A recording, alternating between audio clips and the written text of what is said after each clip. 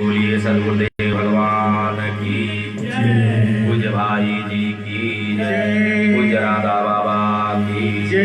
श्री राधा कृष्ण भगवान की जय। राम शिव की जय। श्री सीतारामचंद्र भगवान की जय। श्री हनुमान जी महाराज की जय। श्रीमद् भागवत महापुराण की जय।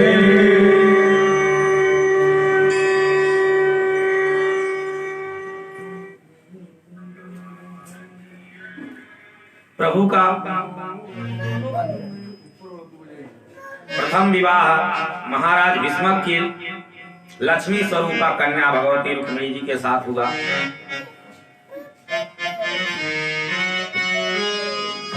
श्री नारायण के चरणों दो लाइन की वंदना करेंगे, फिर कथा में प्रवेश करेंगे। गोविंद मेरो है, गोपाल मेरो है, गोविंद मेरो है, गोपाल मेरो है, ये मुरली वाला दीन का दयाल मेरो है। अब तो आपके हो गए हमारे प्रभु। आपने घर में भागवत करा करके और अपने आज कथा की अंतिम दिवस है, अपने आपका मन से कहिए, हे प्रभु जिस तरह से 7 दिन वास किए हो उस पहले दिन से ही, इस 7 के पहले दिन से ही, और अब ना जाने कितने दिनों तक तुम्हें मेरे घर में ही रखना। ये मुरली वाला दीन का दयाल मेरा है, ये मुरली वाला दीन का दयाल मेरो है, गोविंद मेरो है, गोपाल मेरो है, गोविंद मेरो है, गोपाल मेरो है, ये मुरली वाला दीन का दयाल है, ये मुरली वाला दीन का दयाल है, ये मुरली वाला दीन का दयाल है, ये मुरली वाला दीन का दयाल है। गोविंद मेरो है, गोपाल मेरो है, गोविंद मेरो है, गोपाल मेरो है, गोविंद मेरो है, गोपाल मेरो है, ये मुरली वाला दीन का दयाल है, गोविंद मेरो है, गोपाल मेरो है, ये मुरली वाला दीन का दयाल है। वो बंसी बजैया आनंद का लाल मेरो है, वो बंसी बजैया आनंद का लाल मेरो है,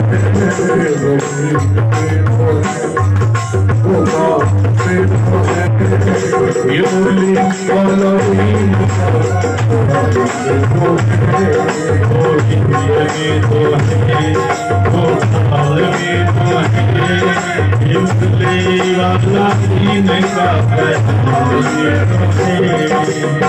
ये मुरली वाला दीन का दयाल मेरो है, ये मुरली वाला दीन का दयाल मेरो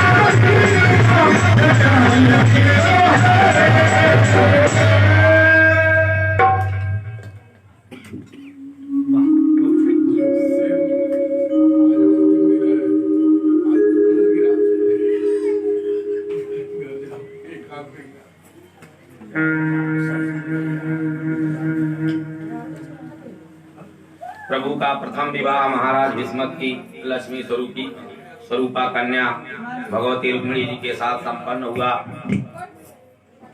रुक्मिणी जी साक्षात भगवती लक्ष्मी हैं और लक्ष्मी केवल नारायण की ही हैं, नारायण की ही रहेंगी। जो अपने आप को लक्ष्मीपति समझने की चेष्टा करते हैं उन्हें फिर पशुपाल की तरह, शिशुपाल की तरह रोना ही पड़ता है, क्योंकि लक्ष्मीपति बनने का प्रयास करोगे तो नारायण तुरंत अपनी लक्ष्मी को हरण कर ले जाएंगे।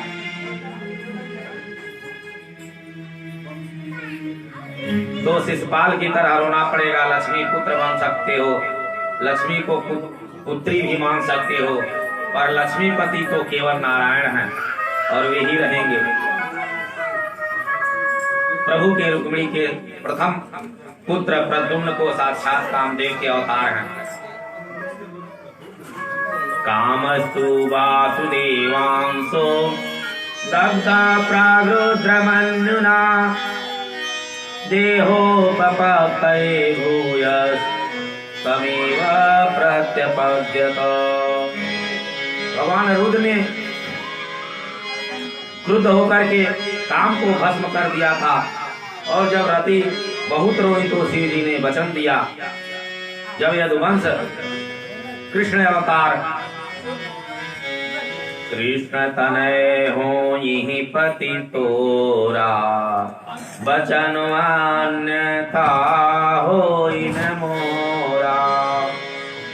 तो भोलेनाथ का वचन सत्य हुआ और कामदेव भगवान के प्रथम पुत्र प्रद्युम्न बनकर के प्रकट हुए। काम जब विकारों से उत्पन्न होवे तो वह धर्म विरुद्ध काम है और धर्म के अनुकूल हो जाए वह काम है।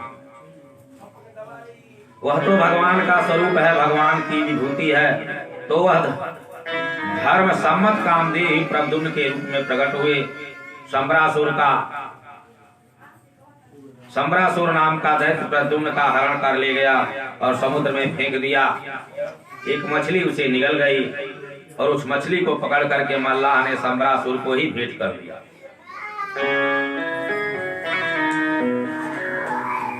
मछली के पेट से प्रद्युम्न सम्रासुर के घर में ही पहुंच गए। उनका लालन पालन भी वहीं हुआ। नारद जी ने काम पत्नी रति को सावधान कर दिया, जाओ अपने पति को संभालो। तो छद्म वेश में काम की पत्नी सम्रासुर के यहाँ आकर के सेवा करने लगी और प्रद्युम्न पर भरण पोषण करने लगी। बहुत कम समय में ही जब कृष्ण तनय श्री प्रद्युम्न यौवनावस्था को प्राप्त हो गए तो रति के भावों में भी परिवर्तन होने लगा। एक दिन प्रद्युम्न बोले, देवी एक तरफ तुम मेरा से लालन पालन कर रही हो, दूसरी ओर तुम्हारी दृष्टि और व्यवहार में मातृत्व तो दिखाई नहीं पड़ रहा। मातृभावमतिक्रम्य वर्तसे कामिनी यथा। कौन हो तुम? तब रति ने पूरी कहानी सुना दी। भगवान नारायण सुतः संबरेणाहृतो गृहात् अहं ते धीकृता पत्नी रति कामो भवान प्रभो।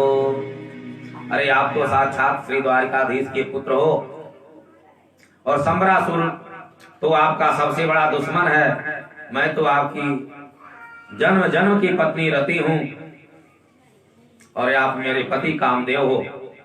सारी घटना विस्तार से सुनते ही प्रद्युम्न क्रोध में भर गए। सम्रासुर को जाकर के ललकारा, मैं ही तेरा काल कृष्ण का लाल प्रद्युम्न हूँ। सम्रासुर कांप गया, मेरा काल मेरे ही घर में आकर के इतना बड़ा हो गया। दोनों में भयंकर युद्ध हुआ। सैन्य शक्ति के साथ सम्रासुर का संहार करके प्रद्युम्न रति के साथ अपनी द्वारिका को वापस लौट आए।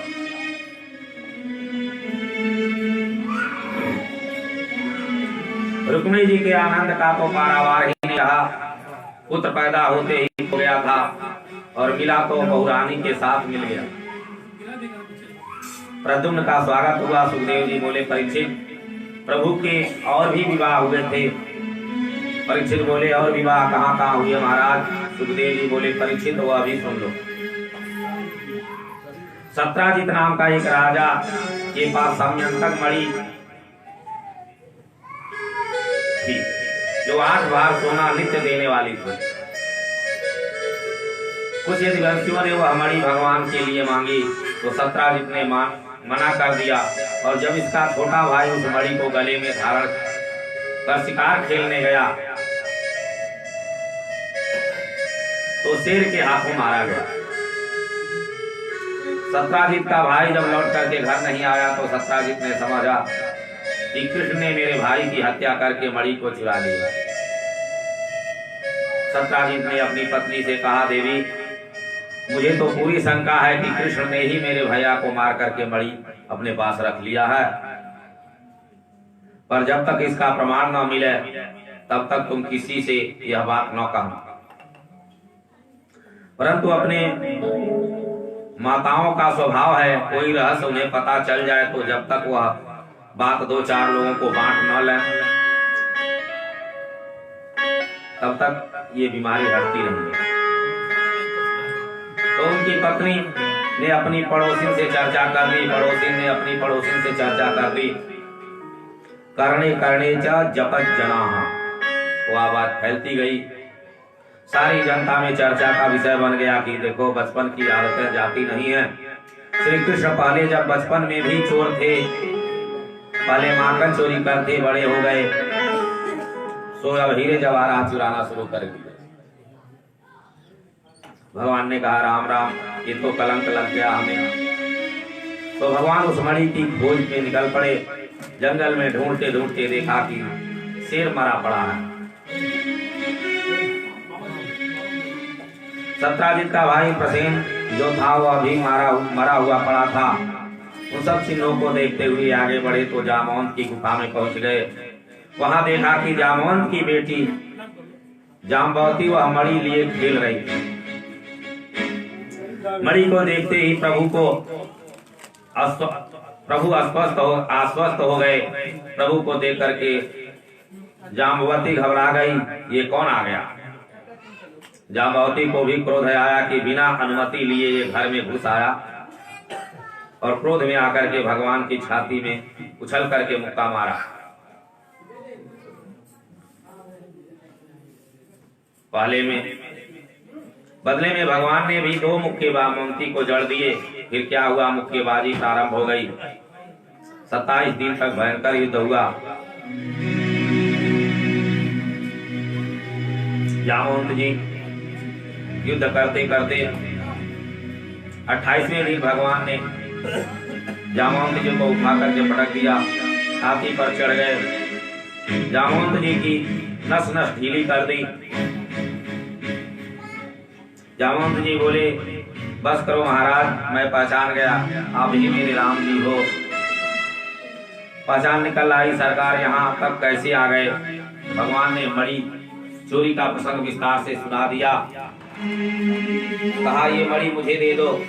जामवंत जी बोले, प्रभु ये मणि शेर से लड़ करके मैंने प्राप्त की है, अपनी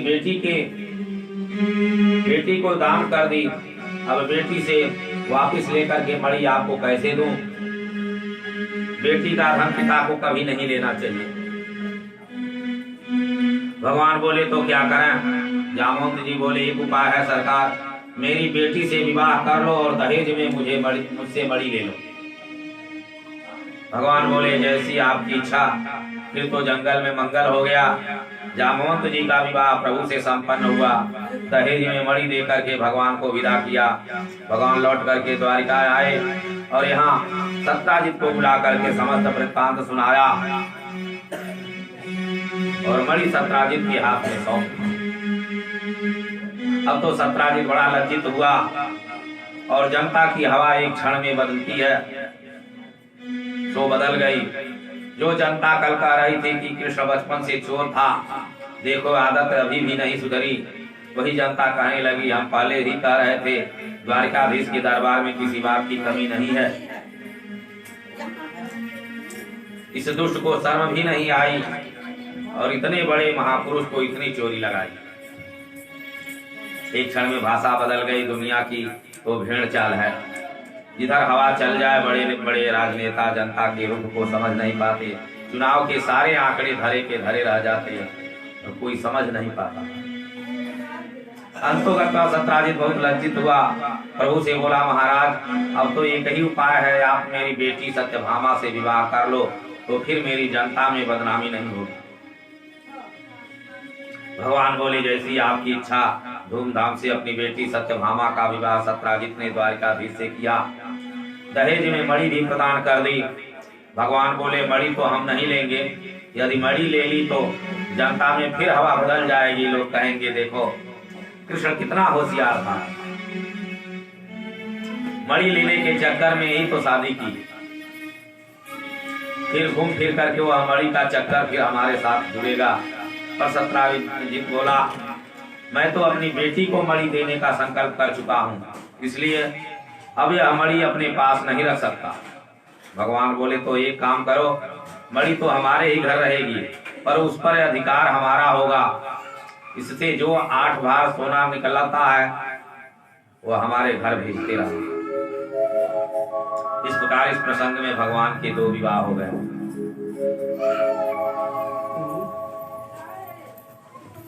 एक बार भगवान अपने प्रिय पांडवों से मिलने के लिए द्वारिकापुरी से दिल्ली पधारे। दिल्ली का ही प्राचीन नाम है इंद्रप्रस्थ नगरी। पांडवों ने प्रभु का आत्मीय स्वागत किया। एक दिन भगवान अर्जुन से बोले, मित्र चलो यमुना पार कहीं घूमने चला। दोनों मित्र रथ में बैठ करके घूमने निकले तो यमुना तट पर एक कन्या को तपस्या करते देखा। भगवान ने कहा, अर्जुन पता लगाओ ये देवी कौन बैठी है, क्या कर रही है। अर्जुन ने जाकर के पूछा, देवी आप कौन हैं, यहाँ एकांत में क्यों बैठी हैं। तब उस कन्या ने अपना परिचय दिया। अहम देवस्य सवितुर्दुहिता पतिमिच्छति विष्णुं वरेण्यं वरदं तप परममास्थिता। महाराज मैं सविता की दुहिता हूँ, मेरा नाम कालिंदी है तथा मैं द्वारिकाधीश को पति के रूप में पाने के लिए तप कर रही हूँ। सुनते ही अर्जुन मुस्कुरा करके प्रभु के पास आए और बोले, सरकार आपका बृहस्पति बड़ा जोरदार चल रहा है, ये कन्या आपको अपने पाने के लिए तपस्या कर रही है। भगवान ने कहा, तो फिर परिचय कराओ। कालिंदी का परिचय गोविंद से करा करके अर्जुन ने पाणी ग्रहण करवा दिया।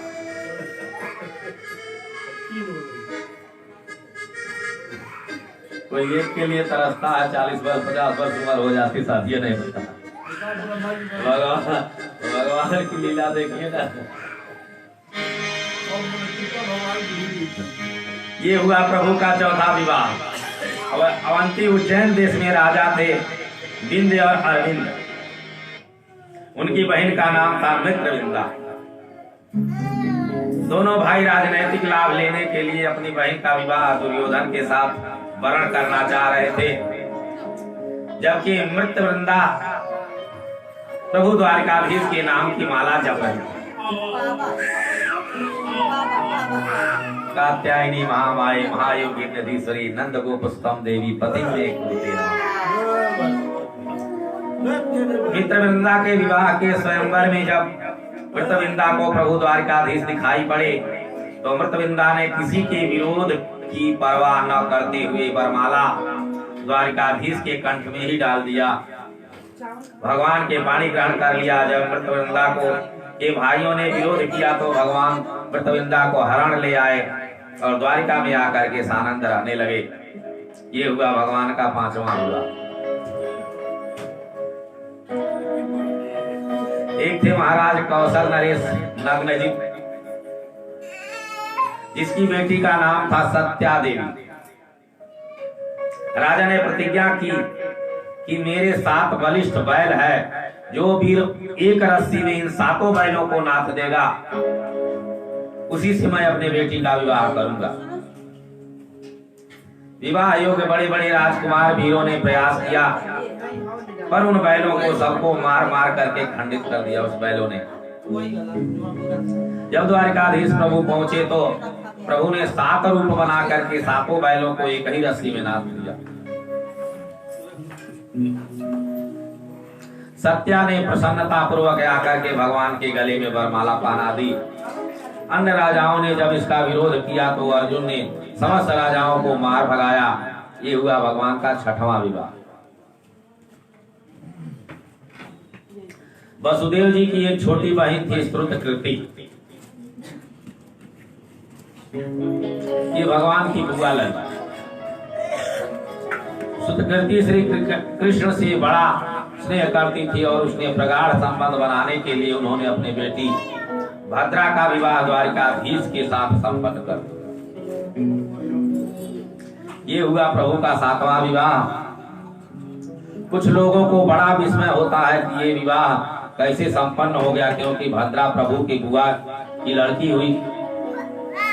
परंतु प्रभु की बुआ कुंती, जिनके लड़के अर्जुन और प्रभु ने अपनी बहन सुभद्रा का विवाह जब अर्जुन से कर दिया तो यह विवाह कैसे नहीं हो सकता। एक बार भगवान ने ऊपर चक्र में घूमती हुई मछली का नीचे प्रतिबिंब देख करके उस मछली का लक्ष्य भेद कर दिया।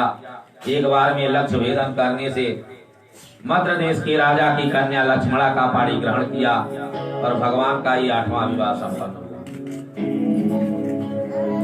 प्रभु इस प्रकार प्रभु ने 8 विवाह तो अलग अलग हुए परीक्षित, परंतु 16,100 विवाह एक दिन में ही संपन्न हुई।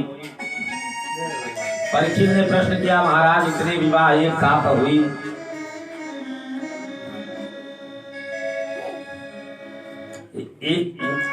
एक ही मुहूर्त में कहां और कैसे संपन्न हुआ इतना विवाह? 16,000। सुदेव जी कहते हैं, सुनो, प्राग ज्योतिषपुर का राजा भौमासुर नाम का दानव था। वैसे इसका नाम नरकासुर था, परंतु भूमिपुत्र होने के नाते भौमासुर कहलाता था। इसने 20,000 राजकुमारियों के साथ विवाह का संकल्प किया था। भौमासुर जिस राजा को युद्ध में पराजित करता, उसके यहाँ जितनी राजकुमारियां होती सबको लाकर के बंदी गृह में डाल देता था। इस प्रकार राजकुमारियों का हरण करते करते उनकी संख्या 16,000। भगवान को पता चला। सत्यभामा को साथ लेकर के घरों पर बैठ करके भगवान प्राग ज्योतिषपुर पहुंचे। नगर में प्रवेश किया तो नगर रक्षक 5 मुख वाला मूर नाम का दैत्य प्रकट हो गया। भगवान ने उनके 5 सिर काट करके वध कर दिया। तब से भगवान का नाम मुरारी हो गया। मूर दैत्य का वध करने के पश्चात प्रभु का भौमासुर के साथ बड़ा भयंकर संग्राम हुआ। भौमासुर की सैन्य शक्ति सहित भौमासुर का भी भगवान ने संहार कर दिया। भूदेवी ने प्रकट होकर के प्रभु की सुंदर स्तुति की और बंदी गृह में जाकर के भगवान ने राजकन्याओं को बंधन मुक्त कर दिया।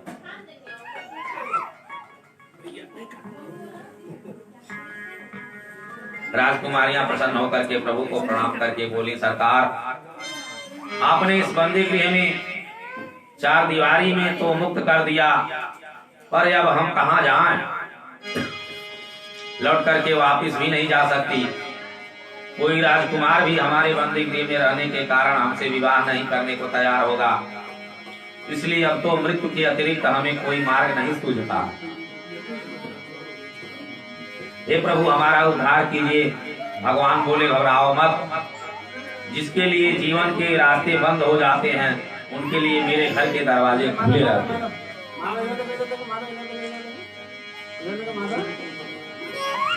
तब तो समस्त कुमारियां भगवान के चरणों में समर्पित हो गईं। प्रभु, आपने नव जीवन दिया है, ये जीवन आपके चरणों में ही समर्पित है। भगवान ने तथास्तु कर करके समस्त राजकुमारियों को एक ही मुहूर्त में विवाह करके स्वीकार किया। इन प्रकार परीक्षित भगवान के 16,108 विवाह। और राजकुमारियां विनती करके कह रही हैं, तो वो मुझे अपने चरणों में स्वीकार लो। विवाह के दौरान अपने चरणों की रज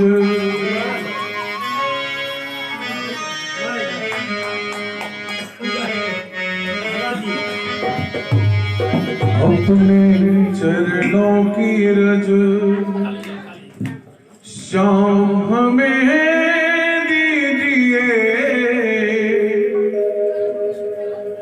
जिंदगी ये हमारी सवर जाएगी अपने चरणों की रज। और आज भक्त भी कह रहे हैं कि प्रभु आपसे धन मांगूंगा खर्च हो जाएगा, रुपया मांगूंगा खर्च हो जाएगा, लेकिन मैं आपसे आपको ही मांग लेता हूँ कि आप मेरे घर रहो और मैं रोज मेरे चरणों की रज की पान किया। अपने चरणों की रज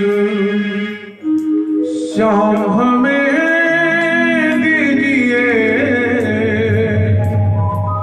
जिंदगी ये हमारी सबर जाएगी अपने चरणों की रज श्याम हमें दीजिए, जिंदगी ये हमारी सबर जाएगी अपने चरणों की रज श्याम हमें दीजिए, जिंदगी ये हमारी सबर जाएगी अपने चरणों की रज।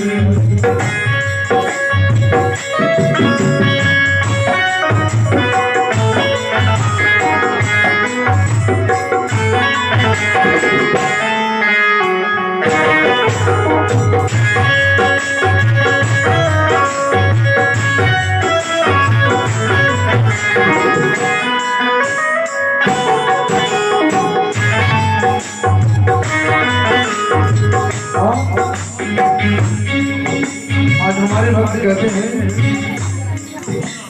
न देना मुझको मेरे का धन,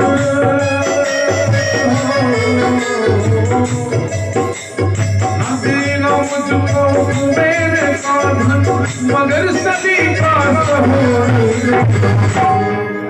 न देना मुझको कुबेर का धन, मगर सदी का सहोर देना, उठा के सर जी सकूं उठा के सर जी सकूं जहां में कोई नहीं देना, अपने चरणों की रज श्याम हमें दीजिए, जिंदगी ये हमारी सबर जाएगी अपने चरणों की रज श्याम हमें दीजिए, जिंदगी ये हमारी सबर जाएगी अपने चरणों की रज। आपका दयावान कितने बड़े, आपका कितने बड़े, अपने भक्तों की खातिर तो हर मन खड़े, अपना दयावान कितने बड़े, अपने भक्तों के खातिर तो हर मन खड़े, वही वचन लोकी का लो भक्ति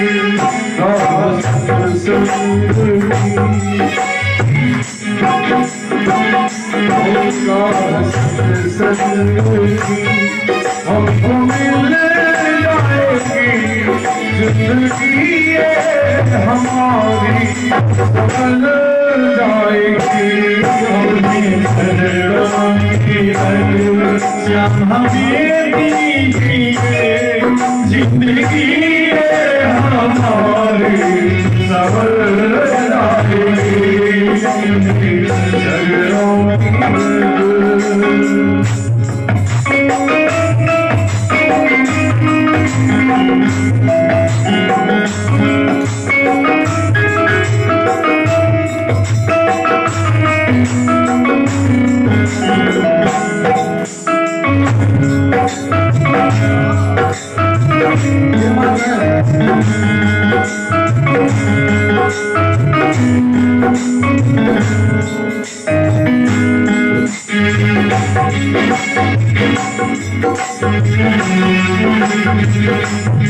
हमारे जज साहब का परिवार कह रहा है भजन की लाइन से, लाख और भरे हैं गिनाए तो क्या, लाख और भरे हैं गिनाए तो क्या। भगवान के सामने ये मिट्टी का पुतला अवगुण का खान है। कहते हैं लाख अवगुण भरे हैं गिनाए तो क्या, लाख अवगुण भरे हैं गिनाए तो क्या। शर्म खुद पर बहुत है बताए तो क्या, लाख अवगुण भरे हैं गिनाए तो क्या। शर्म खुद पर बहुत है बताए तो ये कन्हैया हमें जिंदगी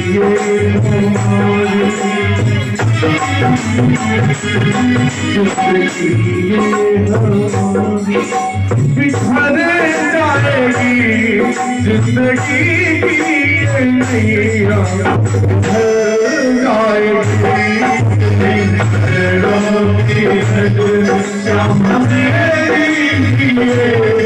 जिंदगी हमारी संभल जाएगी अपने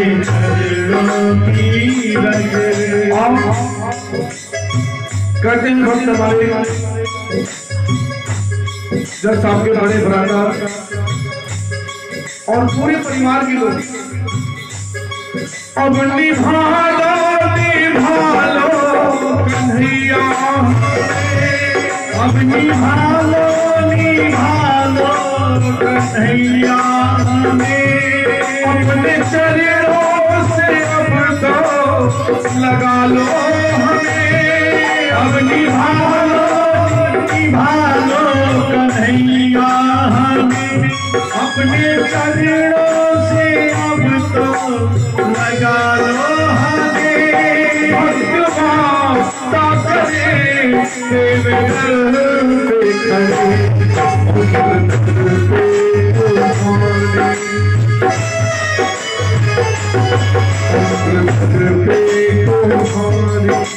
गुजर जाएगी जिंदगी की नैया, सफल जाएगी श्याम हबीबी जिंदगी हमारी सफल जाएगी अपने चरणों की। भजन की अंतिम लाइन, कितने दिनों से इंतजार था कि प्रभु का भागवत होगा मेरे घर में और खूब आनंद से भजन कीर्तन श्रवण करेंगे। कहते हैं कि सिंह को तेरा इंतजार आज भी है,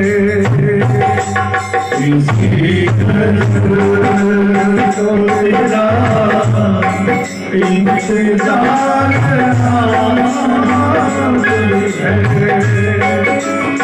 कहाँ हो समा मेरे दिल में रात आज भी है।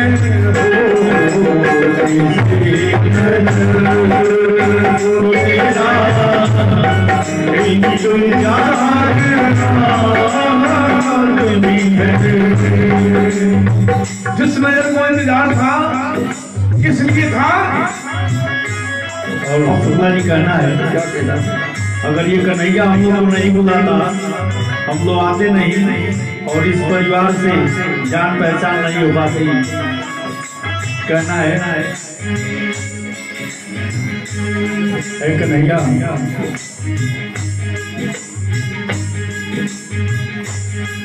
तो तेरे दर पे आने की इजाजत ना मिलती,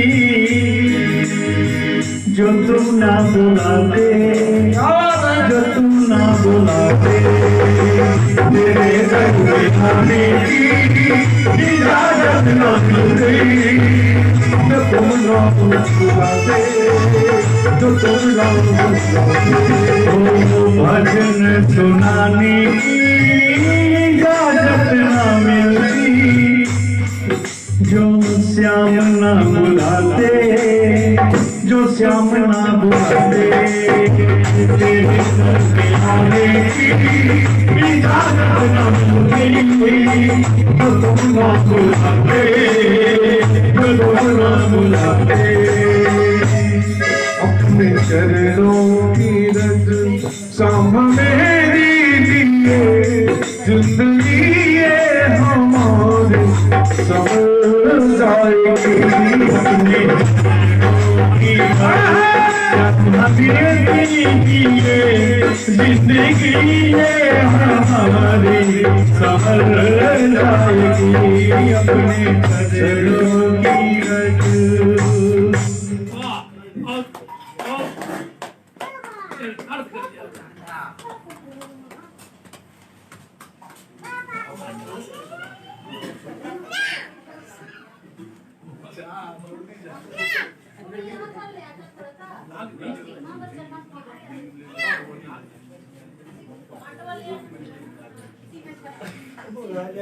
इस तरह से भगवान के 16,101 तक भगवान की शादियां हुई। कालांतर में भगवान की प्रत्येक रानी से 10-10 बेटे और एक बेटी का जन्म हुआ। इस प्रकार प्रभु ने पुत्र और कन्याओं का जन्म हुआ। परीक्षित बोले, भगवान इतने बड़े परिवार में भगवान कैसे रहते थे? उनकी गृहस्थी पर कुछ प्रकाश डालिए। सुखदेव जी कहते हैं, सुनो, भगवान इतने विशाल परिवार के बीच में भी हमेशा प्रसन्न अवस्था में मुस्कुराते हुए रहते थे। ये प्रभु की विशेषता है। एक दिन प्रभु ने सोचा, हमारी इतनी रानी पटरानियां हैं, कभी कोई रूठ जाती हैं, कभी कोई कोक भाजन में बैठ जाती हैं, प्रायः हम सबको मना भी लेते हैं और हमें रूठी रानियों को मनाने के में आनंद भी बहुत आता है, परंतु आज तक हमारी रुक्मिणी हमसे कभी नहीं रूठी। चलो आज रुक्मिणी जी को थोड़ा नाराज करके देखते हैं, इन्हें क्रोध आता है कि नहीं आता है, और क्रोध आएगा तो कैसी लगेंगी। तो आज भगवान रुक्मिणी को के कक्ष में गंभीर मुद्रा में आकर के बैठ गए। रुक्मिणी जी ने पहली बार प्रभु के मुख पर ये गंभीरता देखी तो कुछ बेचारी पंखा लेकर के हवा करने लगी। धीरे से बोली, क्या बात है महाराज, आज कैसे गुमसुम बैठे हुए हैं? भगवान एकदम चौंक करके रुक्मिणी के मुख की ओर देखते हुए बोले, रुक्मिणी एक बात बताओ, तुमने हमसे विवाह क्यों किया? ये प्रश्न सुनते ही रुक्मिणी के तो होश उड़ गए। भगवान आज मुझसे जाने क्या गलती हो गई, ये ऐसी बातें कर रहे हैं। शादी हुए वर्षों बीत गए, 10 पुत्रों के पिताजी भी बन गए, और आज हमारे प्रियतम हमसे पूछ रहे हैं कि तुमने हमसे विवाह क्यों किया?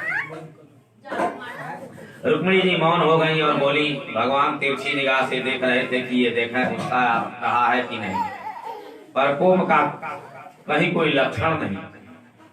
भगवान और अधिक छेड़ने लगे, रुक्मिणी मेरी दृष्टि में तो हमारा तुम्हारा जोड़ा कुछ ठीक नहीं बैठता।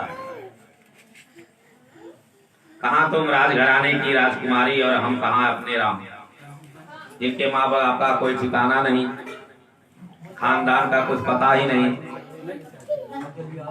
कुछ हमसे कुछ है नहीं हमें।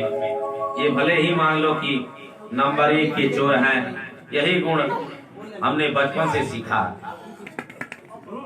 यदि तुम ये कहो कि हम बड़े पराक्रमी थे तो सारी दुनिया जानती है कि हम रण छोड़ हैं। शत्रु भारी पड़ जाए तो मैदान छोड़ करके भाग जाते हैं, अपनी जन्मभूमि को भी छोड़ देते हैं। तुम यदि ये कहो कि मैं तो अपने माता पिता की आज्ञा अनुसार तुम्हारा चयन किया है, तो देवी तुम्हारे परिवार में शिशुपाल को पसंद किया था, तुम ही हमारे साथ विरोध करके चली आई। मेरी समझ में नहीं आता कि इस सवाल में क्या कमी थी। खानदानी था, क्षेत्र देश का होने वाला राजा था। अपने राम को तो राजा कभी बनना ही नहीं, राजा तो हमेशा उग्रसेन रहेंगे। रुक्मिणी जी धड़कन बढ़ती जा रही है। जब इतना सब सुनने पर भी रुक्मिणी जी कुछ नहीं बोली तो भगवान बोले, रुक्मिणी मैं तो कहता हूँ कि अभी भी कुछ नहीं बिगड़ा है। जो ये शब्द सुना रुक्मिणी की पूरे होश उड़ गए। हाथ का पंखा दूर गिर गया। रुक्मिणी जी मूर्छित होकर के गिर गई। भगवान समझ गए कि ये घबरा गए। चतुर्भुज में भगवान दौड़े और दो भुजाओं से रुक्मिणी को थाम लिया। एक भुजा में पंखा झलने लगे और एक भुजा से जल छिड़कने लगे। तब रुक्मिणी जी को होश आया। भगवान ठहाका मार करके हंस के बोले, ये देवी विवाह हुए इतने वर्ष बीत गए, 10 पुत्रों की माता जी बन गई। आज मैंने थोड़ा सा परिहास क्या किया तो इस छोटे मोटे परिहास को बातों में भी बहुत इतनी घबरा गई। सब हंसी मजाक की बातें थी। एक बात कहो, गृहस्थ जीवन में बहुत से शाम तक झंझटों के अलावा कुछ भी नहीं। बस एक ही चीज सबसे अच्छी लगती है। भगवान कहते हैं, अरे सुंदरी, गृहस्थ व्यक्ति प्रपंचों से पीड़ित होकर के, परेशान होकर के जब अपनी प्रिया के पास पहुंचता है तो हास परिहास मनोरंजन करके सारे प्रपंचों को भूल जाता है। इसलिए परिहास करना बहुत आवश्यक होता है। और ये तुम हो जो हंसी मजाक की बातों में घबरा गई। रुक्मिणी जी सावधान होकर के बैठी और प्रत्येक बातों का इतना सटीक जवाब दिया कि भगवान गदगद हो गए। रुक्मिणी ने कहा, सरकार आपने भले ही मुझसे ये सारी बातें परिहास में कही, परंतु जो कुछ भी कहा वह एकदम सत्य है। भगवान बोले, अच्छा तो तुम्हें मेरी बातें सत्य मालूम पड़ी। अच्छा बताओ मैंने क्या सत्य कहा। रुक्मिणी जी बोली, सुनिए सरकार, आप कह रहे थे कि मेरे अंदर कुछ भी गुण नहीं है। आप तो बुरा पीते हैं। सारा जगत सत्व रज तम से बना हुआ है, ये त्रिगुणात्मक जगत है, पर आप भी त्रिगुणातीत हैं। तीनों गुणों से परे साक्षात नारायण हो, तो आप ये कथन कि मेरे अंदर कोई गुण नहीं, बिल्कुल सही ही हो, ही तो है। आप कह रहे थे हमारे माँ बाप का पता नहीं, आपने बिल्कुल ठीक कहा। भगवती श्रुति आपके स्वरूप का निरूपण करती करती नेति नेति कह करके थक जाती है। इदमत्थम कह करके जब श्रुति को ही आपको जानना असंभव लगता है तो आप माँ बाप को कोई क्या जान पाएगा। इसलिए आपको ये कथन भी ठीक ही है। आप कह रहे थे कि हम रण छोड़ हैं, आपका घर छोड़ करके डर के मारे समुद्र में घुसे बैठे हैं। ठीक कहा सरकार, क्योंकि जिन भक्तों का हृदय सागर एकदम स्वच्छ और निर्मल हो जाता है, जिन भक्तों के हृदय सागर में काम क्रोध आदि दुर्विकारों का कभी प्रवेश नहीं होता, ऐसे भक्तों के सुंदर दुर्ग में आप अपना घर बना करके रह जाते हैं। भक्तों का भवन आपको भी भा जाए वो बैकुंठ छोड़ करके चले जाते हो। गोस्वामी तुलसीदास जी हनुमान चालीसा के अंत में राम जी के हृदय में बैठाने की बात, बल्कि हनुमान जी को हृदय में बैठा रहे हैं। हनुमान जी यदि हृदय में बैठ गए तो हनुमान जी के हृदय में बैठे हुए सीताराम जी अपने आप हृदय में आ जाएंगे। पवन तनय संकट हरण मंगल मूर्ति रूप, राम लखन सीता सहित हृदय बसहु सुरभूप। अरे हनुमंत लाल जी हृदय में बैठ गए तो सीताराम जी महाराज लखन लाल जी के साथ पूरा दरबार आपके हृदय में अपने आप ही विराजमान हो जाएगा। हम कहते हैं घर को तो भगवान है, अतुलित बलशाली है, समस्त बल प्रदान करने वाले परमात्मा ही तो हैं। और ऐसे अतुलित बलशाली भगवान जिनके हृदय में विराजमान हो ऐसे हनुमान जी को हृदय में अतुलित बल धाम तो रुक्मिणी जी कहती हैं। प्रभु आप अपना घर छोड़ भक्तों के हृदय में भवन में विराजमान होने वाले भक्त हैं। वत्सल हो, भक्त वत्सल हो। रुक्मिणी जी ने हर शब्द का व्याख्या कर दिया। अर्थ पलट दिया। भगवान स्तब्ध रह गए। रुक्मिणी जी, यदि आज मैंने तुमसे परिहास न किया होता तो तुम्हारी इस योग्यता का मुझे पता ही नहीं चलता। तुम तो बड़ी पढ़ी लिखी बुद्धिमान हो। भगवान रुक्मिणी जी के स्वभाव से मुक्त कंठ से प्रशंसा करने लगे।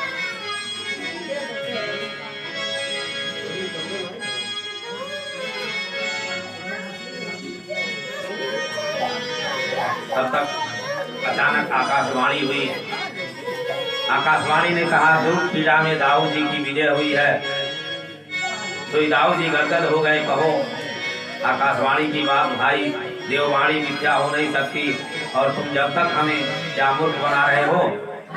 अब दाऊ जी ने जब इस प्रकार कहा तो रुक्मी के मुख से निकला, सुनो दाऊ जी, तुम लोग ग्वार ग्वाले हो, गया चराने जानते हो।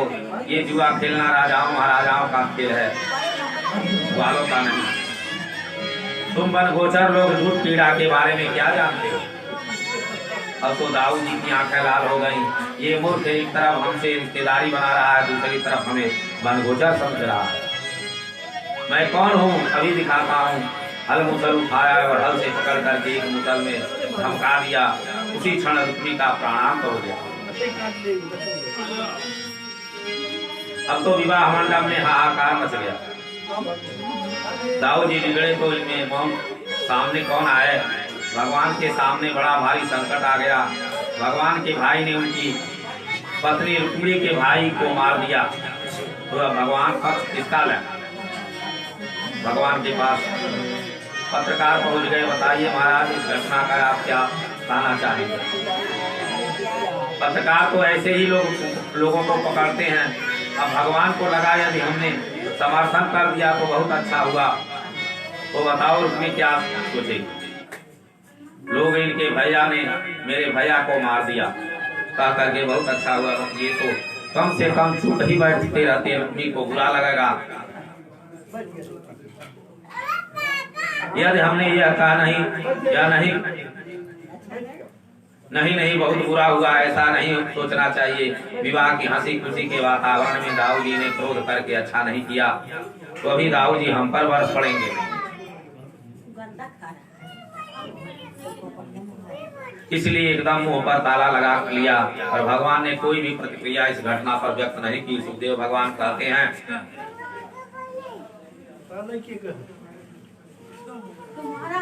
अनिरुद्ध का दूसरा, अब भगवान इसलिए नहीं बोल रहे हैं क्योंकि रुक्मिणी और बलराम दोनों का स्नेह बनाए रखने के लिए भगवान ने किसी के पक्ष में बात नहीं की। न हाँ कहा न नहीं, मौन धारण कर लिया। इस प्रकार से अनिरुद्ध का प्रथम विवाह हुआ। अनिरुद्ध का दूसरा विवाह बाणासुर की बेटी उषा के साथ हुआ। इस विवाह में तो स्वयं द्वारिकाधीश कृष्ण को शंकर जी से युद्ध करना पड़ा। बाणासुर बहुत भारी शिव भक्त था। उसकी बेटी उषा ने स्वप्न में अनिरुद्ध को गंधर्व विवाह रचा लिया और प्रतिज्ञा की कि मेरा विवाह उसी से होगा जिसे मैंने स्वप्न में देखा।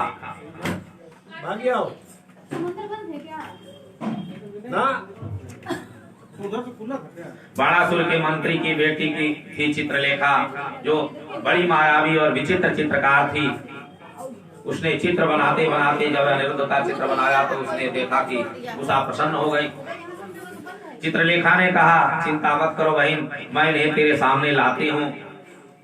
मायावी चित्रलेखा आकाश मार्ग से उड़ती हुई गई और द्वारिकापुरी में सोते हुए अनिरुद्ध को पलंग सहित उठाकर के ले आई। बाणासुर ने राजभवन में, बाणासुर के राजभवन में उषा के कमरे में अनिरुद्ध की नींद खुली तो पूरा कौन हो देवी। उषा ने कहा, मैंने ही आपको बुलवाया है, मैं आपसे विवाह करना चाहती हूँ। अनिरुद्ध जी ने उषा को पसंद किया और दोनों का गंधर्व रीति से चुपचाप विवाह हो गया। अब राजकुमारी के भवन में अनिरुद्ध विराजमान है। किसी बात पर उन्हें जो हंसी आ गई तो द्वारपाल ने सुन लिया द्वारपाल के कान खड़े हो गए। राम राम, राजकुमारी के महल में पुरुष प्रवेश वर्जित है। अंदर से हंसने की आवाज कैसे आई? जाकर के बाणासुर से शिकायत की, कन्या आया कुल दूषणम। बाणासुर दौड़ करके आया और राजकुमारी उषा के भवन में अनिरुद्ध को देख करके कुपित होकर के बंदी बना करके बंदी गृह में डाल दिया। देखो नारद जी ने भगवान द्वारकाधीश को खबर कर दी कि सरकार बाल बच्चे सब आनंद में हैं। भगवान बोले अब तो सब ठीक है, पर आजकल कुछ दिनों से अनिरुद्ध का पता नहीं चल रहा, कहाँ चला गया? नारद जी बोले वो महाराज आपको कुछ पता नहीं, वह बाणासुर के यहाँ बंदी गृह में हवा खा रहे हैं। भगवान की पूरी नारायणी सेना के साथ बाणासुर की नगरी शोणितपुर पर चल दिए। बाणासुर भगवान भोलेनाथ का परम भक्त था। भोलेनाथ ने उसे एक ध्वज दिया था और कहा था कि जिस दिन ये ध्वज टूट गिर जाए समझना तुम पर बहुत बड़ा संकट आने वाला है। इधर भगवान ने चढ़ाई की, उधर उसका ध्वज टूट करके गिर गया। बाणासुर घबरा गया, भोलेनाथ के पास आकर के बोला प्रभु आप ही मेरे स्वामी हैं, रक्षक हो, आज मेरी रक्षा करो। भोलेनाथ ने वचन दिया चिंता मत करो, हम तेरे साथ हैं।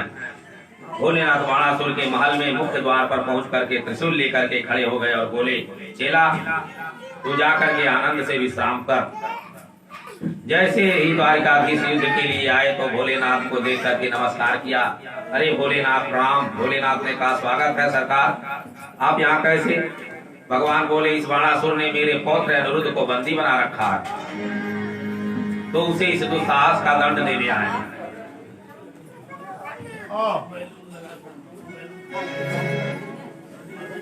भोलेनाथ ने कहा महाराज आप जिससे लड़ने आए हो मैं उसी की रखवाली के लिए खड़ा हूँ, वह हमारा चेला है। द्वारकाधीश ने कहा प्रभु आप हटिए, हम बिना दंड दिए नहीं छोड़ेंगे।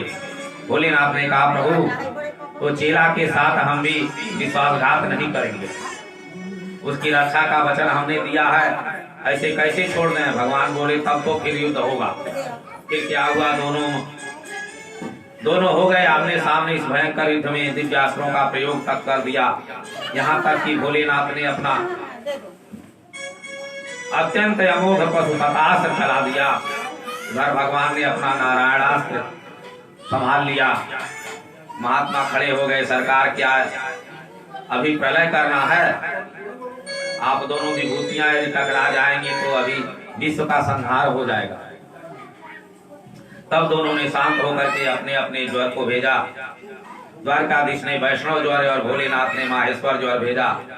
वैष्णव ज्वर और माहेश्वर ज्वर आपस में टकराए। अंत में वैष्णव ज्वर ने महेश्वर को परास्त किया। महेश्वर ज्वर ने भगवान की 4 श्लोक में स्तुति की। नमामि पांत शक्तिं परेशं सर्वात्मानं केवलं ज्ञाप्तिमात्रं विश्वोत्पत्ति स्थान संरोध हेतुं यत्तद्ब्रह्म ब्रह्मलिंगं प्रशांतम्। महेश्वर जन ने सुंदर स्तुति की, भगवान को प्रसन्न होकर के ज्वर को शाप मुक्त किया और भगवान ने जिम्बड़ास्त्र के द्वारा भोलेनाथ को मोहित कर दिया। जिम्बड़ास्त्र का प्रभाव है कि यदि उसका प्रयोग किया जाए तो जम्हाई आने लगती है। भोले बाबा की जोर जोर से जम्हाई आने लगी। भोलेनाथ चुटकी बजाते रहे और भगवान भीतर घुस गए।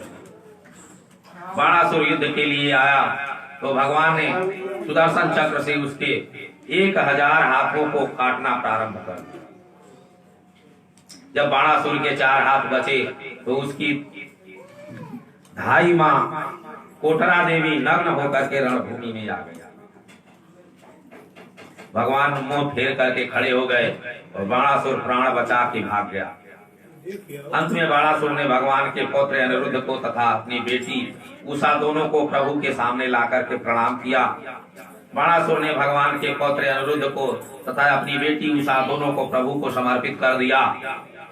सरकार क्षमा कीजिए, भला बुरा जैसा भी सही, पर चेला है, इसे क्षमा कर दो। भगवान हंस करके बोले भोलेनाथ तुम्हारा चेला है तो मेरा भी तो कुछ लगता है। इसने मेरे परम भागवत प्रहलाद के वंश में जन्म लिया है।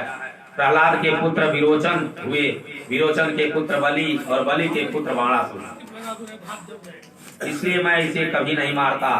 अब मैं इसे अपने ही चतुर्भुज रूप दे देता हूँ। इस प्रकार अनिरुद्ध को उनकी पत्नी के साथ लेकर के भगवान द्वारकाधीश से आए और यहाँ तो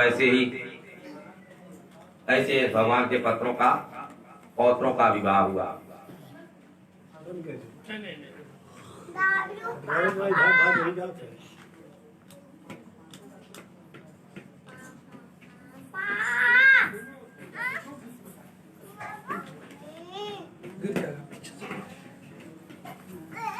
एक बार की बात है,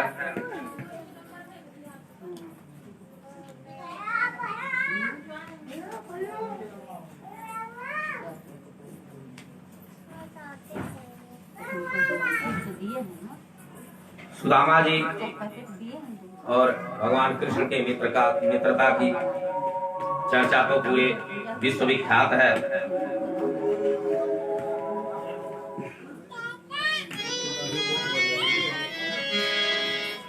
सुदामा जी की पत्नी सुशीला जी परम पतिव्रता तो थी, परंतु धनाभाव के कारण बहुत दरिद्र। यहाँ सुदामा जी को दरिद्र नहीं कहा जा सकता, फिर सुशीला को क्यों दरिद्रा बता दिया गया। भाई पति देव डॉक्टर बन जाए तो देवी जी अपने आप डॉक्टरानी कहलाने लगती है। तो फिर सुशीला को, सुदामा जी को संतुष्ट है पर हाल में मस्त है, पर सुशीला बेचारी को घर की चिंता लगी रहती है, घर की आवश्यकताओं में चिंतित रहती हैं। आज जब किसी संत के द्वारा सुशीला को यह पता चला कि मेरे स्वामी के सखा द्वारिकाधीश कृष्ण हैं, वो अचंभित रह गई। और सुदामा जी का कैसा विरक्त स्वभाव है कि अपनी पत्नी को भी कभी नहीं बताया कि मैं कृष्ण की सखा हूँ। अन्यथा लोग मुख्यमंत्री के हाथ मिलाते हुए फोटो खिंचवाए जाएं, जो गजब कर देते हैं। पर यहाँ सुदामा जी ने सुशीला को भी नहीं बताया कि भगवान कृष्ण हमारे मित्र हैं।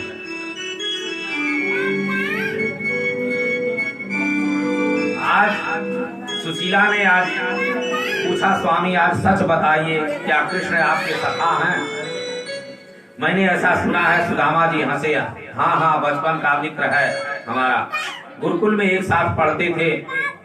पर तुझे किसने बताया? सुशीला बोली, महाराज एक साधु आए थे, बातों बातों में चर्चा चली तो उन्होंने मुझे बताया, आपने कभी नहीं बताया। ननु ब्रह्मन् भगवता सखा साक्षाक्षियापति ब्रह्मण्यश्च शरण्यश्च भगवान सातकर्षभा। अरे मालूम है द्वारकाधीश भगवान श्री कृष्ण जो हैं उन्हें आप अपना मित्र बना रहे हो, वह साधारण नहीं है वरन ब्राह्मणों के अनन्य भक्त हैं। ब्राह्मणों को बहुत मानते हैं और शरणागत वत्सल हैं। जो शरण में आ जाए उसे सब कुछ न्यौछावर कर देते हैं। मेरी प्रार्थना है कि महाराज एक बार आप अपने उन सखा से मिलने घर चले जाओ। जब आप जाओगे तो दासति द्रविणं भूरि सीदतं ते कुटुम्बिने, यदि आप मिलने जाओगे तो वह बहुत द्रव्य देंगे, इतना धन देंगे कि हमारी पीढ़ियों की भी दरिद्रता दूर हो जाएगी, कई पीढ़ियों की दरिद्रता दूर हो जाएगी। सुदामा जी लोए बावरी बचपन का मित्र और वर्षों के बाद आज मिलने जाऊंगा तो क्या द्रव्य कामना से उसके पास जाऊंगा, दरिद्रता रोने जाऊं? ऐसे तो मैं कभी जाने वाला नहीं। मुझे तो ये भी नहीं मालूम कि वह कहाँ रहता है। सुशीला समझ गई कि ये बड़े पक्के सिद्धांतवादी हैं, लेने देने की बात पर जोर डालना तो कभी नहीं जाएंगे। सुशीला बोली, नहीं नहीं, मेरा मतलब ये थोड़ी था, धन मिल ही जाएगा। अरे मिले ना मिले, ब्राह्मण को तो हर हाल में प्रसन्न रहना चाहिए। मेरा मतलब तो सिर्फ इतना था कि एक बार मिलने अवश्य जाइए। रही बात उनके पते की तो वह मुझे मालूम है। आजकल वह द्वारिकापुरी में द्वारिकाधीश बनकर के विराजे हुए हैं। बड़ी महिमा है उनकी द्वारिकापुरी में। स्वामी अपने लिए न सही, एक बार मेरे लिए जरूर मिलाइए। क्या अपने सखा का इतना नाम सुनकर के आपको मिलने का मन नहीं करता? सुदामा जी बोले, अरे बावली, तूने खूब मन की बात कही, मिलने तो मेरा मन भी खूब करता है। तू कह रही है तो आज तो मैं भी उतावला आ गया हूँ, उतावलापन आ गया हूँ। कई बार यदि याद आई मिलने का बहुत मन हुआ, फिर मैंने सोचा न जाने कहाँ होगा, कैसे मिलूंगा। पर जब आज तू भी कह रही है तो अब मेरा मन भी खूब हो रहा है कि मैं मिलने जाऊं। आजकल मैं अपने उस बाल सखा की चारों तरफ इतनी प्रशंसा सुन रहा हूँ, तो मेरे मन में भी उसके दर्शन की बड़ी लालसा उत्कंठा हो रही है। परंतु सोचता हूँ कि जब इतनी महिमा है तो अब तो वह बहुत बदल गया होगा। अब तो उसके ठाट बाट ही कुछ निराले होंगे, इसलिए उसके दर्शन की इच्छा तो मेरी भी है। बस यही एक परम लाभ मेरे मन में है। सुशीला बोली, तो फिर देर किस बात की, क्या सोच रहे हैं? चलो अभी निकलो। सुदामा जी बोले, अरे सुंदरी, ऐसे थोड़े ही मुंह उठा करके चला जाऊंगा। अरे मेरे भाई वर्षों के बाद अपने सखा के घर जाऊंगा तो खाली हाथ थोड़ी जाऊंगा। तो मुझे कुछ दिखाई नहीं पड़ा तो अब क्या लेकर जाऊं? सुशीला बोली, चिंता न करो, मैं अभी प्रबंध करती हूँ। दौड़ करके गई। याचित्वा चतुरो मुष्टिन् विप्रां प्रीतुककण्डुलान् शैलखण्डेन तान् बद्ध्वा भर्ते प्रादादुपायनम्।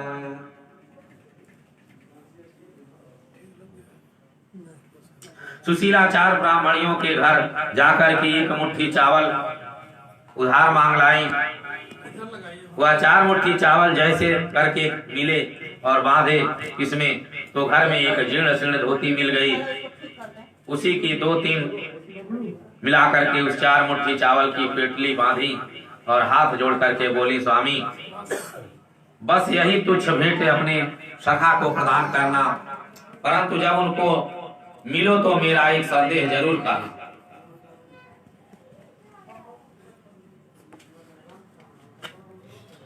एक मास द्वैपाख में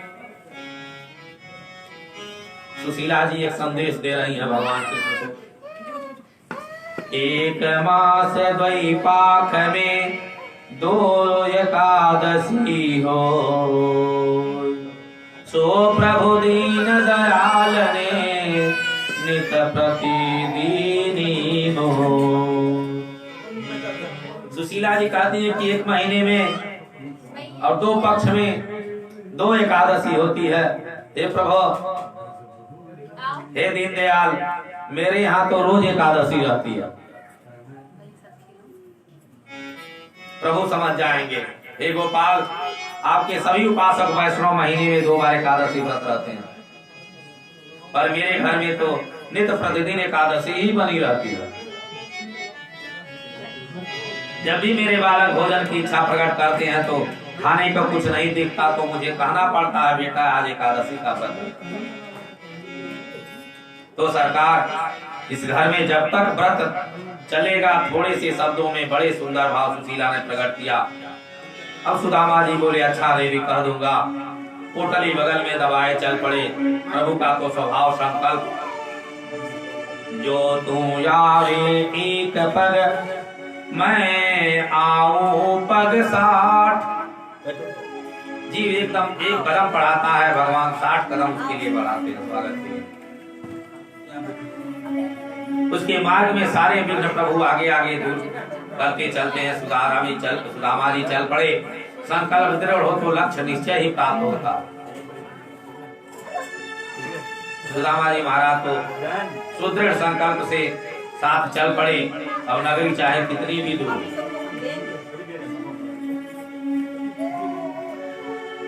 चलते चलते बेचारे जब परिश्रांत हो गए तो एक पेड़ की छांव में थोड़ा विश्राम करने लगे।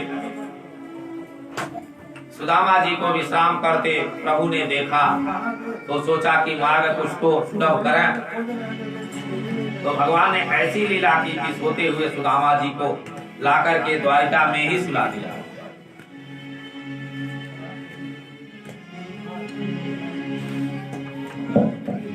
और सोए सोए सुदामा जी सपने में अपने बचपन के यार को याद करते हैं और कहते हैं कितना सुंदर था जब मेरे साथ वो पढ़ता था, लेकिन आज मैं मिलने जा रहा हूं महाराजा द्वारिकाधीश बन के बैठा, लेकिन कैसे पहना होगा, क्या पहना होगा, मन में सोच रहे हैं। और कहते हैं कोई प्यार से मेरे श्याम को सजा दे, गजब हो जाएगा, गजब हो जाएगा, गजब हो जाएगा। कोई प्यारे को प्यार से सजा ले, गजब हो जाएगा, गजब हो जाएगा, गजब हो जाएगा, गजब हो जाएगा, गजब हो जाएगा, गजब हो जाएगा, गजब हो जाएगा। और आज भाई तो कह रहे हैं तो सांवरे को मांझी बना ले, पार हो जाएगा, पार हो जाएगा, पार हो जाएगा, पार हो जाएगा, पार हो जाएगा, पार हो जाएगा, पार हो जाएगा। तू एक बार श्याम नाम का ले, पार हो जाएगा, पार हो जाएगा।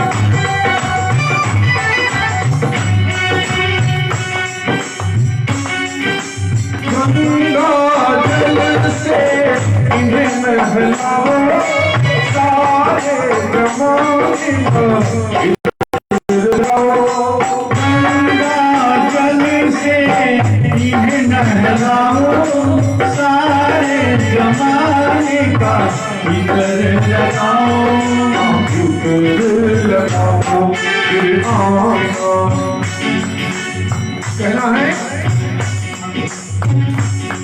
फिर रंग बसंती चोला पहना ले, गजब हो जाएगा, गजब हो जाएगा, गजब हो जाएगा।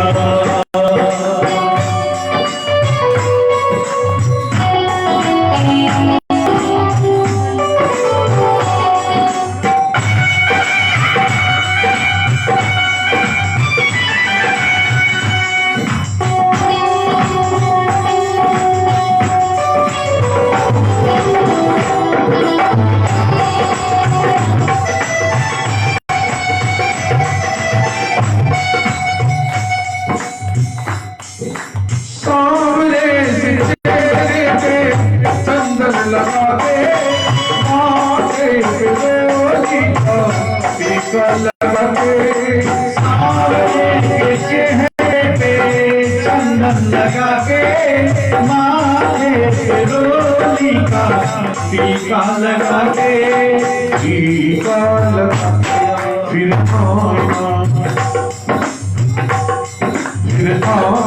मेरे शाम को दिखा दे, गजब हो जाएगा, गजब हो जाएगा।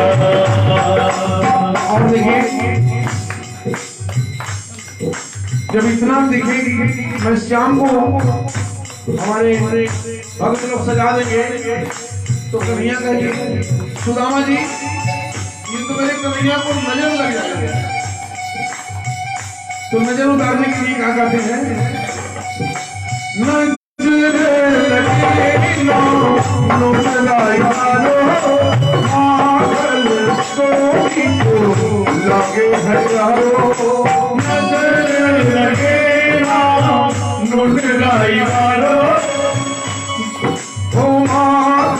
सोनी को लगे हजारों, आगे है कोई प्रेम करके प्रेम से निकाले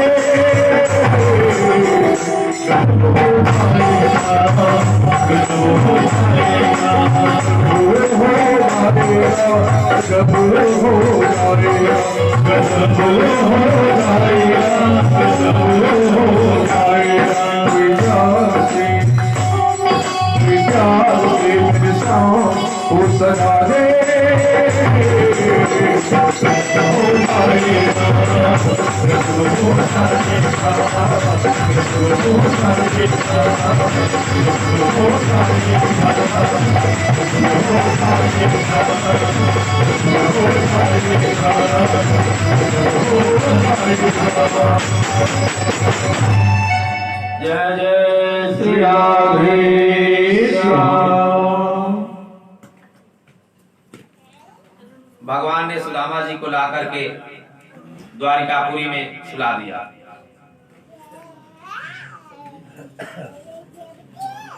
सुदामा जी की नींद खुली तो होश उड़ गए, भैया ये हम कहाँ चले आए, ये महल अटारी कैसे दिख रही है। एक पथिक ने पूछा भैया हम द्वारिका जाना चाहते हैं, जरा पता बता दो द्वारिका कितनी दूर है। पथिक हंसता हुआ बोला बाबा द्वारिका में ही तो आप खड़े हो। अरे भाई गजब हो गया, इतनी जल्दी कैसी द्वारिका आ गए।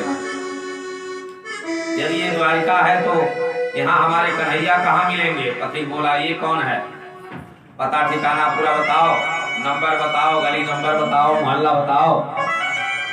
सुदामा जी घबराए, तुम हमारे कन्हैया को ना जाने। अरे देख भैया ये तो हमारे बचपन की बात है, वहाँ नाम तो है श्री कृष्णचंद्र, हमारे बचपन के मित्र हैं वो, इसलिए हम कन्हैया कहें। वह पति तो नाम सुनते ही उछल पड़ा, तुम हमारे महाराज का नाम ले रहे हो। अरे बाबा उनका नाम लेने के पहले पता है कितने विशेषण लगाने पड़ते हैं। अनंत श्री समलंकृत छत्रपति राजमूर्ति धर्म चक्रवर्ती सर्वेश्वरेश्वर सर्वतंत्र स्वतंत्र गो विप्र प्रतिपालक विश्ववंद्य श्री श्री महाराजाधिराज द्वारकाधीश्वर श्री कृष्णचंद्र जी सरकार। उनका नाम लेने के पहले इतना विशेषण लगाना पड़ता। और तू न जाने कहां से ये विचित्र नाम बोल रहे हो, ये तो पहले हमने पहली बार सुना। सुदामा लिखते हैं कन्हैया कह दो सुदामा है आया, कन्हैया की भौजी ने हमको पठाया। अरे कितने नाम लेने पड़ते हैं तेरे महाराज के नाम के आगे, लेकिन जाकर के उससे एक बार कह दो कन्हैया से कह दो सुदामा है कन्हैया की भौजी ने हमको पठाया।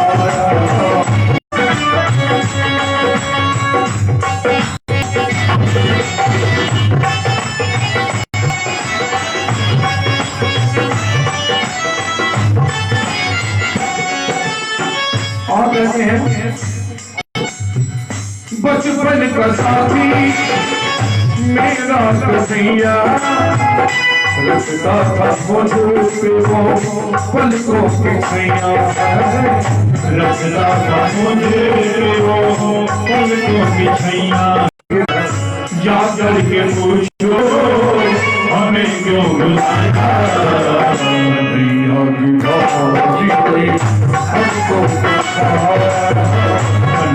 की ने हमको बताया।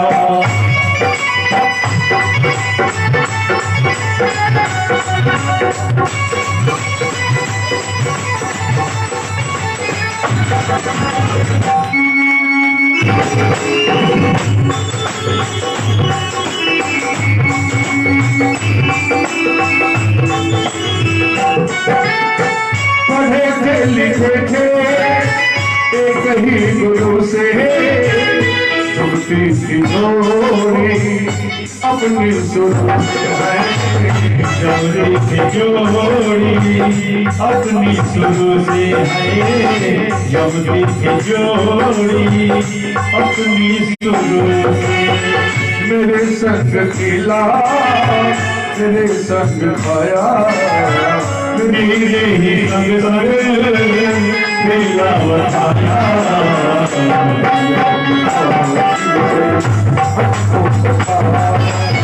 कन्हैया की भाती ने हमको बताया।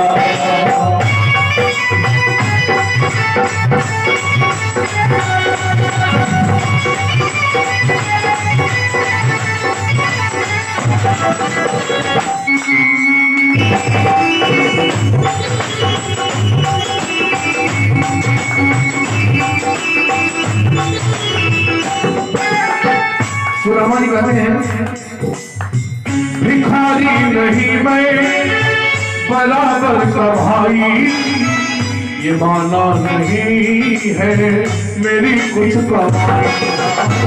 ये माना नहीं है मेरी कुछ कमाई है, ये माना नहीं है मेरी कुछ कमाई। मांगने नहीं मैं तो मिलने को आया, मांगने नहीं मैं तो मिलने को आया।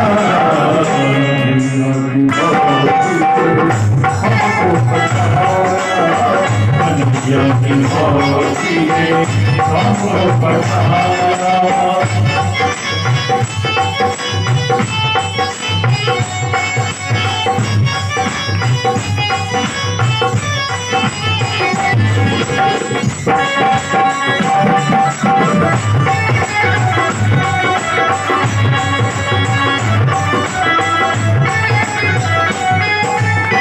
बड़े ही दिनों पर मुलाकात होगी, कहेंगे सुनेंगे अपने दिलों, कहेंगे सुनेंगे अपने दिलों की है, कहेंगे सुनेंगे अपने दिलों। दशा इस दुनिया में सब साथ छोड़ देंगे, लेकिन अगर सच्चा मित्र जो होगा वो मरते दम का साथ नहीं छोड़ता। मित्र यहाँ तक कि अपना औलाद भी साथ छोड़ देगा, लेकिन अगर मित्र सच्चा है। कहते हैं मित्र और आईना एक तरह होते हैं। आईना कभी झूठी तस्वीर नहीं दिखाता, जैसा आप देखेंगे वैसा दिखाएगा, जैसा आप रहेंगे वैसे ही दिखाएंगे। इसी तरह से मित्र जो है कभी आपको सच्चा मित्र, बार-बार कहता हूं, अभी सब जो देखा मित्र हो गया वो नहीं, सच्चा मित्र आपको गलत राह पे नहीं डालेगा। बड़े ही दिनों पर मुलाकात होगी, कहेंगे सुनेंगे अपने दिलों में, कहेंगे सुनेंगे अपने दिलों। प्रेम जोरो जय जय श्री राम।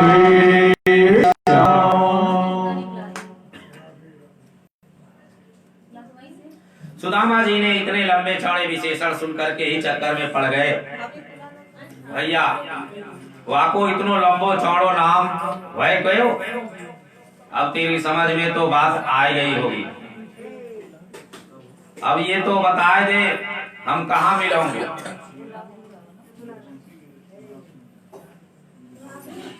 पति बोला महाराज उनके बारे में पूछना, मालिक है इतना कह करके पथिक चला गया। सुदामा जी आश्चर्य में डूबे उन विशाल भवनों को देखते देखते आगे बढ़े तो बड़ा जी का था, उसी में घुस गए। भगवान के अनुसार तो सुदामा जी सीधे तक चले गए, परंतु प्रसिद्ध है कि कवियों ने बड़ा सुंदर भाव सजाया। जब द्वारपालों ने पूछा महाराज किससे मिलना है, सुदामा जी के हाथ जोड़ करके बोले भैया अंदर जाकर बस इतनो कह दीजो तेरे बचपन के सगा मिलने को आवे है, बस इतने में महाराज को इतना बताए दे। द्वारपाल तो अचंभित रह गया, आप हमारे महाराज के सखा हो? दामा जी बोले हाँ हाँ बचपन के मित्र हैं।